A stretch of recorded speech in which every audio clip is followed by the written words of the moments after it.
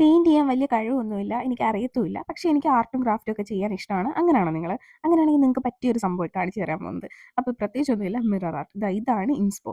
ഇത് ഞാൻ എടുത്തേക്കുന്നത് ഒറിജിനൽ മിറർ ഒന്നുമല്ല. ആക്ച്വലി അതൊരു മിറർ സ്റ്റിക്കറാണ്. അത് മിസ്റ്റർ DIYയിൽ പോയപ്പോൾ വാങ്ങിച്ചിട്ടുണ്ടായിരുന്നതാണ്.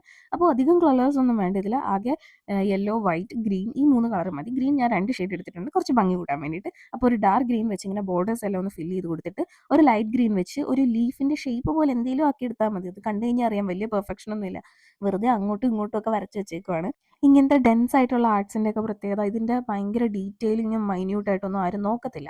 അല്ലെങ്കിൽ ഇത് കാണാൻ നല്ല ഭംഗിയായിരിക്കും. അപ്പം അതിൻ്റെ ഡീറ്റെയിൽസ് ഒന്നും ആരും ശ്രദ്ധിക്കാൻ പോകത്തില്ല. ഈ പെറ്റൽസ് ഒക്കെ വരയ്ക്കുന്ന ഒരു ബ്രഷ് വെച്ചിട്ടാണ് ഞാൻ ലീഫ് പിന്നീട് വരച്ചു കൊടുത്തിട്ടുണ്ടായിരുന്നത്. ആദ്യം ചെറിയ ബ്രഷ് ആയിരുന്നു. അങ്ങനെ എല്ലാം ചെയ്ത് കഴിയുമ്പോൾ ദാ ഇങ്ങനൊരു ലുക്കിൽ കിട്ടും. അതിപ്പോഴേ കാണാൻ നല്ല രസമായിരുന്നു.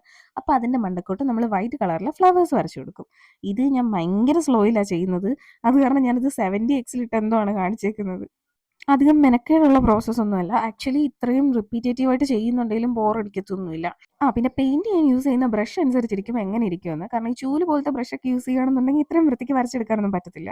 പിന്നെ ഫ്ലവേഴ്സ് വരയ്ക്കാൻ പാടുള്ളവർ ഈ ഒരു ട്രിക്ക് യൂസ് ചെയ്ത് വരയ്ക്കുകയാണെന്നുണ്ടെങ്കിൽ ഭയങ്കര എളുപ്പമായിരിക്കും. ഇതും ഞാൻ 2xലാണ് കാണിക്കുന്നത്. അപ്പം ഞാൻ അത്രയ്ക്ക് പതുക്കെയാണ് ചെയ്യുന്നത്.